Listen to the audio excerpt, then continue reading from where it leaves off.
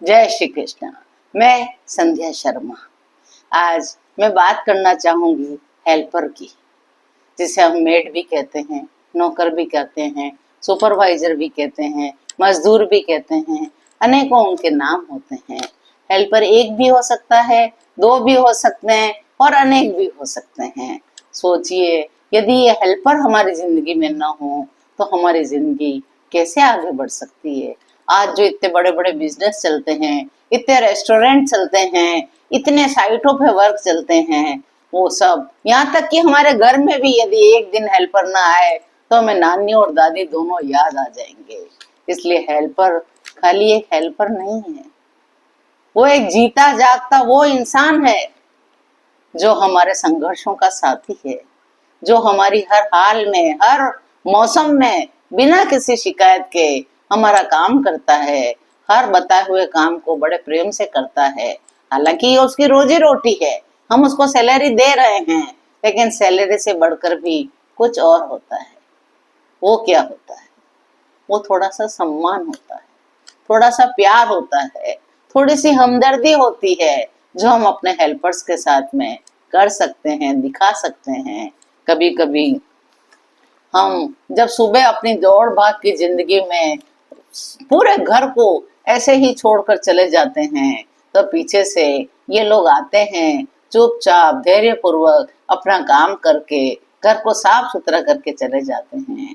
जब हम ऑफिस पहुंचते हैं तो हमें ऑफिस का टेबल, ऑफिस की फर्श सब कुछ साफ सुथरा मिलता है, चमचमाता हुआ मिलता है। जब हम साइट पर जाते हैं तो बताया हुआ काम उन्होंने अच्छे से करवा लिया होता है और हमें काफी राहत मिलती है। इसी तरह होटलों में, घरों में, जहां पर भी हेल्पर काम करते हैं, वे बड़ी मुस्तैदी से अपना काम करते हैं। बदले में उन्हें क्या चाहिए? सैलरी, वो तो हमें देनी ही है, लेकिन उसके अलावा भी उन्हें कुछ और चाहिए, थोड़ा सा कुछ और चाहिए। ये लोग हेल्पर नहीं होते, सिर्फ हेल्पर ही नहीं होते, ये हमारे संघर्षों के साथी होते हैं। कभी सोचिएगा जरूर, क्या उन्हें किसी और चीज की जरूरत नहीं होगी? होती है। कभी उन्हें सम्मान दीजिए, कभी उन्हें हमदर्दी दिखाइए, कभी उनका हालचाल पूछ लीजिए, कभी उनकी एक्स्ट्रा मदद भी कर दीजिए, वे बड़े खुश हो जाएंगे और जी जान से आपके काम को करने के लिए फिर से तैयार हो जाएंगे। उनसे उनकी परेशानियों के बारे में पूछें, उनके उनके बच्चों के बारे में पूछें, उनसे उनके शरीर की बीमारी के बारे में पूछें, उनके स्वास्थ्य का हालचाल लीजिए, उनके परिवार का हालचाल पूछिए। उन्हें ईमानदारी से मेहनत करने वालों को भी बड़े सम्मान की जरूरत होती है, उन्हें बड़ी हमदर्दी की जरूरत होती है। वे सिर्फ पैसों के लिए ही काम नहीं करते, उनका हमारे प्रति सम्मान होता है, इसी से वो इतना मन लगा कर काम करते हैं। और कभी जब आप उन्हें डांट देते हैं, डांटना तो कभी कभी पड़ता है, लेकिन यदि उन्हें अच्छी सी भाषा में, प्रेम की भाषा में यदि उन्हें को समझाएंगे तो वे अवश्य समझ जाएंगे।